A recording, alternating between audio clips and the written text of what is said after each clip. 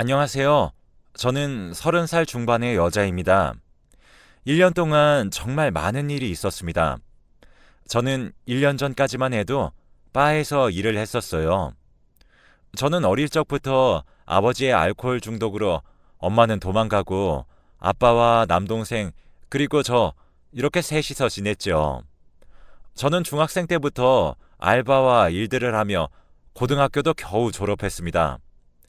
성인이 되어서 할 수 있는 일을 찾다 바에서 일을 시작했어요. 아무래도 바에서 일을 하다 보니 손님들께 존중받지도 못했습니다.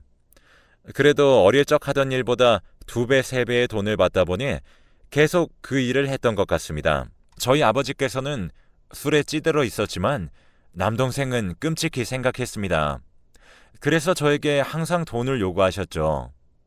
저는 못했지만 동생을 공부시키기 위해 아둥바둥 돈을 벌었습니다. 그동안 저라는 존재가 없는 게 당연하다고 생각했습니다. 아무래도 계속 이 일을 하다 보니 만나는 사람들도 다 비슷해지더라고요. 예전에 있던 학창시절 친구들도 없어졌고 남자친구라고 만나는 사람들도 멀쩡한 사람은 없었습니다. 저희 아버지와 비슷하게 저는 존중도 사랑도 몰랐어요. 저에게 막대하더라도 제가 사랑하고 전부 다 해주는 게 사랑인 줄 알았으니까요. 그러던 어느 날 출근에 늦어 빨리 가려고 택시를 탔습니다. 그런데 급한 마음에 그 택시에 가방을 두고 내려버렸습니다. 출근해서 갈아입을 옷은 가방에 놔둔 채로 저는 후줄근한 옷을 입고 있었습니다.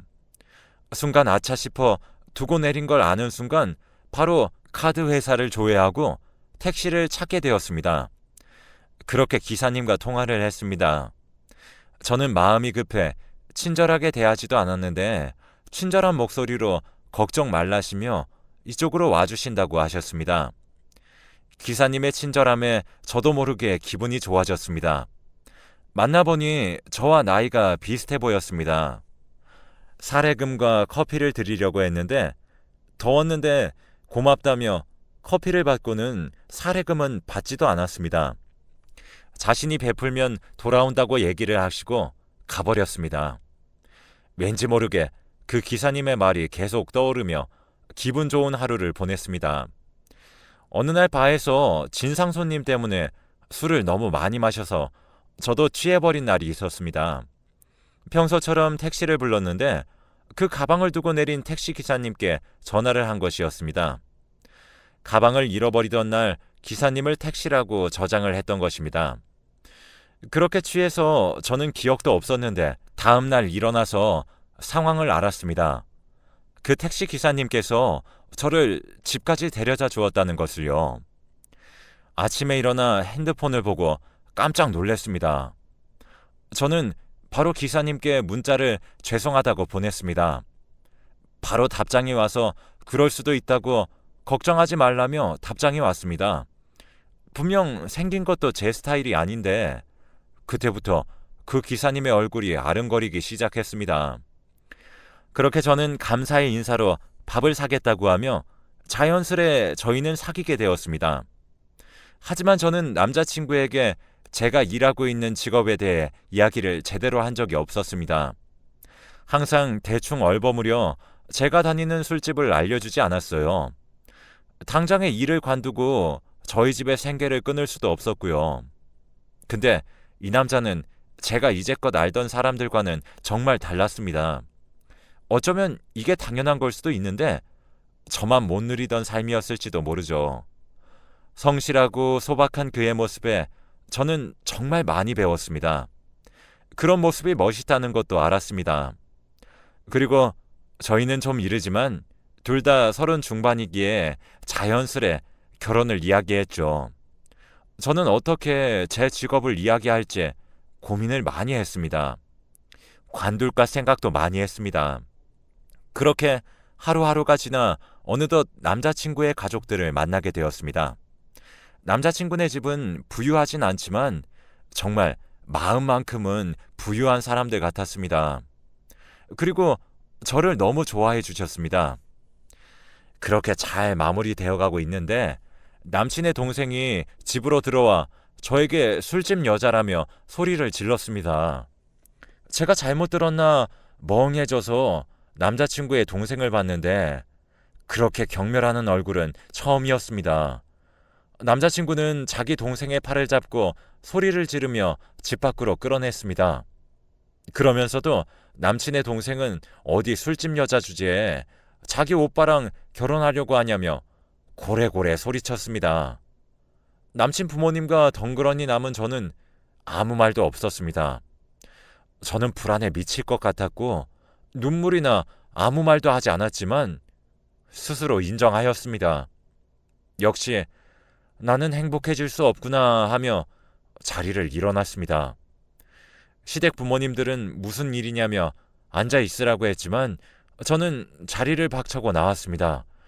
그날 밤 남친은 제게 수도 없이 전화했고 문자했습니다. 하지만 저는 보지 않았습니다. 볼 자신이 없었기 때문이죠.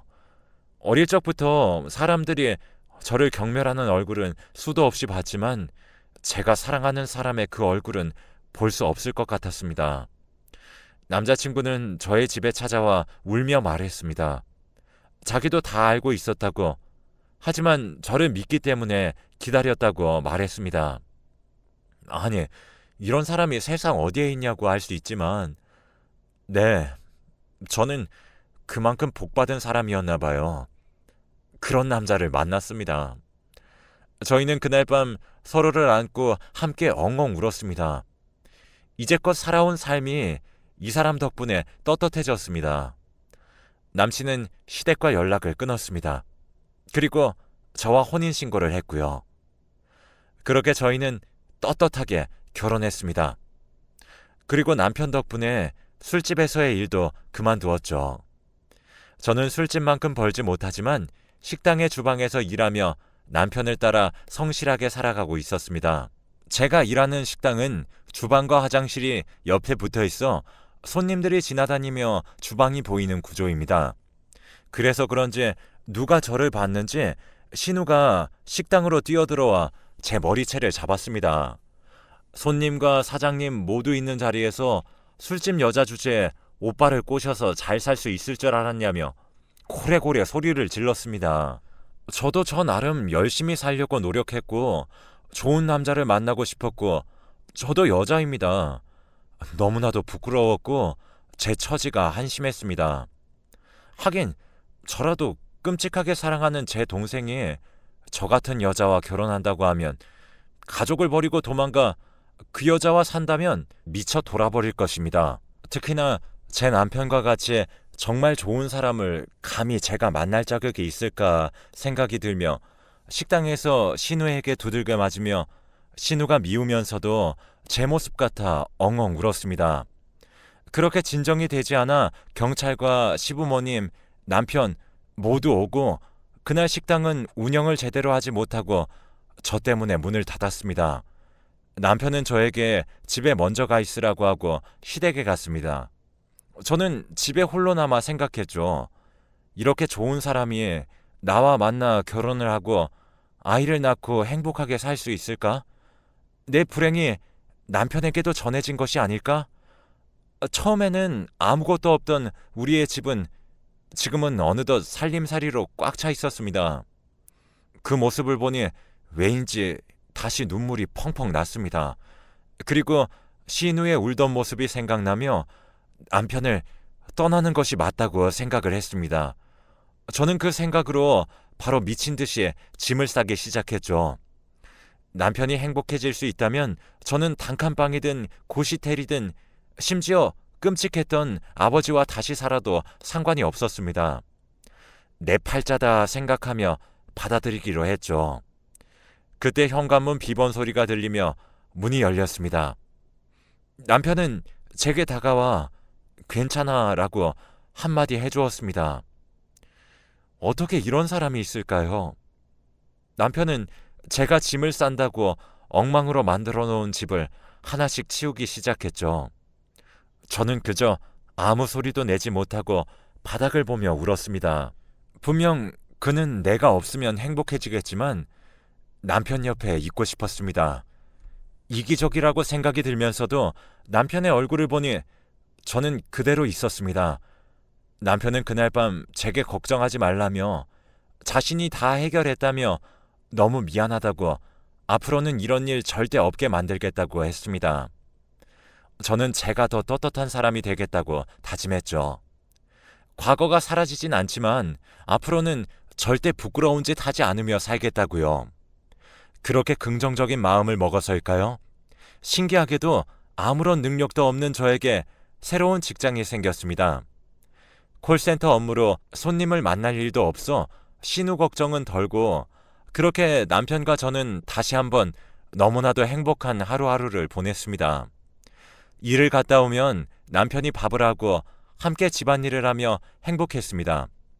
그런데 어느 날 집에 돈 붙이는 날도 아닌데 웬일로 동생이 전화를 했길래 받았습니다. 너무 반갑게 전화를 받았는데 동생은 저에게 고래고래 소리를 질렀습니다. 네 신우가 저희가 연락이 안 되니까 이번엔 제 동생에게 전화를 했다는 겁니다. 제 동생은 제가 술집에서 일을 하며 돈을 벌어 집에 준 줄은 몰랐습니다. 제가 술집에서 일하며 돈을 벌었다는 것을 알게 된 동생은 저에게 너무나도 상처되는 말들을 쏟아부었습니다. 술집, 그게 언제까지 저를 힘들게 할까요? 언제까지 그 꼬리표가 저를 따라다니게 될지 무서웠습니다. 떳떳하게 돈을 벌지 않았지만 동생을 위해 했던 모든 일들이 제 머리를 스쳐 지나가며 너무 화가 났습니다. 몰라주는 동생에게도 이런 인생을 살게 된 저에게도 신우는 제 동생에게도 더러운 것이라며 저와 싸잡아 동생을 욕했다고 합니다. 저는 이제 아무것도 없습니다. 시댁도 친정도. 남편과 저는 우리가 좋아서 한 결혼, 그리고 우리는 너무나 사랑한다는 것입니다. 과거는 이제 뭐든 상관없습니다. 불쌍한 제 동생은 관련도 없는데 저 때문에 욕되는 게 너무나도 화가 났습니다. 저는 그런 생각에 사로잡혀 신우를 찾아가 신우가 했던 것처럼 머리채를 잡고 소리를 질렀습니다. 네가 뭔데 내 동생한테 뭐라 그러냐면서 내가 부끄러웠어도 내 동생은 부끄러운 짓 한 번 한 적 없다. 당황해하는 신우의 모습을 보니 저도 부끄러워지기 시작했습니다. 아무튼 다시 그런 일이 생기면 이 정도로 끝나지 않는다며 으름장을 놓고 나왔습니다. 그렇게 일을 벌이고 나니 내가 잘한 건가 싶기도 하고 후련하기도 했습니다. 그리고 저는 집으로 향했습니다. 저녁이 다 되어 저녁을 해두고 남편을 기다렸지만 남편은 오지 않았습니다. 올 시간이 한참이나 지났지만 연락도 되지 않았습니다. 저는 그제서야 내가 잘못했구나 느꼈습니다. 남편은 그냥 화내는 일은 없었습니다. 저는 신우에게 연락했습니다. 죄송하다고 빌었습니다. 신우는 남편이 시댁에 와 있다며 답장 하나 오고 아무런 답장도 해주지 않았어요. 제 인생은 왜 이런 걸까요? 남편을 만났던 시간들이 모두 꿈 같았습니다. 이전엔 남편의 행복을 위해서라면 보내줄 수 있을 거라고 생각했지만 막상 남편이 나를 떠날지도 모른다는 생각에 저를 너무 불안하게끔 만들었습니다. 미친 듯이 남편에게 전화했고 그러던 밤 현관문 비밀번호 누르는 소리가 들렸습니다. 바로 그쪽으로 달려나갔는데 남편이 아닌 신우가 서 있었습니다. 심장이 철렁 가라앉으며 미움과 죄책감이 같이 들었습니다. 그리고 두 눈을 질끈 감았습니다. 신우는 제게 점점 다가왔고 제 잘못을 인정하기에 제가 흥분하지 않겠다고 생각했죠. 걸어와서는 식탁 의자에 아무 말 없이 신우는 앉았습니다. 평소와 너무 다른 모습이었습니다. 그리고 미안하다고 얘기를 했습니다. 제게 미안하다고 신우가 말한 건 처음이었습니다. 저는 너무 놀라 아무 말도 하지 못하고 눈만 껌뻑였습니다. 그리고 신우는 제게 앉으라고 말하더라고요. 저와 신우는 처음으로 소리를 지르지 않았고 서로의 얼굴을 처음으로 바라보았습니다. 신우는 평소와는 전혀 다른 얼굴 표정을 지었습니다. 저는 뭐라도 마실 것을 내주려 했는데 바로 신우는 조심스럽게 입을 열었습니다. 다 들었어요. 술집에서 일하는 게 좋은 거라고 생각하지는 않아요. 하지만 많은 상황들이 언니를 그렇게 만들었겠죠. 그걸 알지만 저는 저희 오빠를 놔주면 좋겠다는 생각에 언니를 너무 힘들게 했어요. 미안해요. 우리 집은 대단한 거 하나 없는 집안이에요. 그런데도 서로를 생각하는 마음은 어느 가정보다 낫다고 생각해요. 우리 오빠 돈은 많이 못 벌지만 누구보다 마음 따뜻한 사람이고 성실하고 소박한 사람이에요. 언니도 그걸 알고 있겠죠? 신우는 이렇게 얘기하면서 울먹이기도 하고 피식 웃기도 하며 자신의 감정이 왔다 갔다 하는 걸 너무나 잘 느낄 수 있었습니다. 그리고 너무 고마웠습니다. 그리고 신우는 이야기했습니다. 오빠는 저희 둘한테 화가 났어요. 저는 저희 오빠가 가족들과 연을 끊고 사는 게 정말 싫어요. 그렇다고 언니를 받아주고 싶지도 않아요. 그래도 제가 이제껏 했던 행동들은 정말 잘못했어요. 응원은 못해도 앞으로 미워하진 않을게요. 아, 그리고 저희 오빠 지금 여기로 오는 중이에요. 너무 걱정하지 마세요. 오늘 낮에 그 일 있고 오빠한테 전화를 했는데 우리 집으로 달려와서는 언니한테 사과를 하라고 하더라고요. 언니도 오죽하면 저한테 찾아와서 그랬겠는지 알고 있어요. 미안해요. 신우의 이런 이야기를 듣고 저는 남편이 여기로 온다는 사실이 너무나 좋았어요. 그리고 신우는 어느 정도 저를 이해해 주는 것 같아 너무 고마웠죠.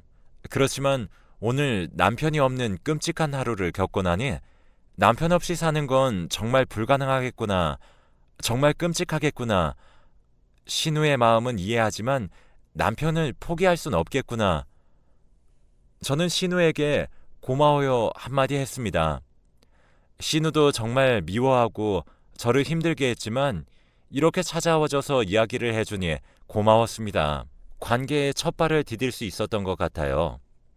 신우는 한숨을 한번 쉬고는 가볼게요 하고는 집에서 나갔습니다. 조금 후 남편이 집으로 돌아왔습니다. 정말 남편을 보자마자 안도감과 지친 마음과 행복한 감정이 함께 들면서 다리에 힘이 풀려 주저앉았습니다. 남편은 늘 그랬듯 다정하게 저를 부축해 주었고 저희는 마주보고 앉아 이야기를 나누었습니다. 남편은 아무리 연을 끊고 지내기로 한 동생이었지만 제가 함부로 대한 것에 화가 났다고 하더라고요.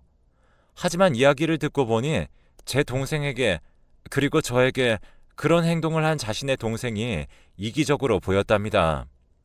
그리고 제게 사과를 해야 한다고 했고 오해들과 미움이 쌓여서 서로를 너무 힘들게 하는 이 관계들도 싫고 모두 행복해지고 싶어 했습니다. 그리고 남편은 저를 다시 믿어줬죠. 그렇게 저희는 돌아 저희가 함께 꾸렸던 이 집에 함께 앉아 있습니다. 제가 이렇게 변할 수 있었던 것도 저라는 존재를 챙기지 못한 채 살아온 날들이 변하는 것을 느꼈습니다. 사람은 얼마나 좋은 사람을 만나느냐에 따라 정말 많이 변하는구나 생각했습니다. 그리고 이 글을 쓰고 있는 지금도 모든 상황이 좋아진 것은 아니지만 저희는 진지하게 아이를 이야기 중입니다. 그렇게 힘들게 했던 시댁도 간간히 남편은 들리고요.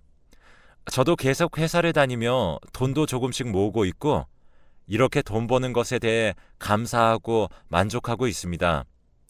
남편도 저와 인연을 갖게 해준 택시 운전을 계속하고 있고요. 작지만 저희의 시간에 따라 물건이 가득 채워진 집도 아직 그대로고요. 여기서 저희 둘은 정말 행복하게 살고 있습니다. 그리고 제 동생에게 남편을 소개해 주었습니다. 동생에게도 좀 미안한 게 동생은 신우의 전화를 받기 전까지 이렇게 좋은 남편이 있는 줄도 몰랐으니까요. 동생은 시간이 지나 저에게 술집에서 일했던 것에 대해 너무 나쁘게 이야기해서 미안하다고도 했습니다. 자기도 다 알면서 모른 척한 적이 있었던 것 같았다고 합니다. 그리고 지금 남편에게도 너무 고맙게 생각한다고 하네요. 남편에게 아버지에 대해 이야기한 적이 몇 번 없었는데 이제는 조금씩 하기 시작했습니다.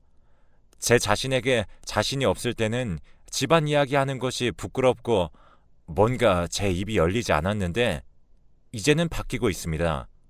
그리고 제 아버지에게 제대로 소개해 준 적은 없지만 언젠가는 소개시켜 드려야겠죠. 아버지가 밉지만 그래도 하나뿐인 가족이니까요. 그리고 두 번은 저와 같은 일이 생기지 않도록 아이도 정말 사랑해 줄 거고 부족함 없이 키우도록 노력할 것입니다. 정말 제 인생에서 영화 같은 남자를 만나 제 삶 전체가 변화하였습니다. 앞으로 정말 행복하게 그리고 성실하게 살겠습니다. 이런 글을 쓰게 된 이유도 모두가 힘든 시기에 힘든 삶을 지나고 있을 것이지만 저같이 불행한 사람도 행복해질 수 있습니다. 그럼 모든 분들 응원하기 위해서입니다. 1년 동안의 일들과 제가 살았던 날들이 이 글을 통해 완전히 사라져버렸으면 좋겠네요. 긴 글 읽어주셔서 감사합니다. 항상 건강 조심하시고 코로나 때문에 모두 힘들겠지만 행복하게 살아요. 감사합니다.